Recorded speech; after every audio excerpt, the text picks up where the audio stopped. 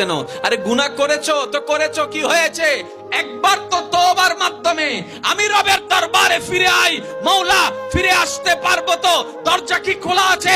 রব্বে করিম বলে মরণের আগ পর্যন্ত, কিয়ামতের আগ পর্যন্ত, সূর্য পশ্চিম আকাশে ওঠার আগ পর্যন্ত দরজা খোলা আছে, দরজা খোলা আছে, দরজা খোলা আছে। এবার বান্দা বলে মাওলা 24টা ঘন্টার কোন টাইমে আসলে সেই দরজা খোলা পাবো?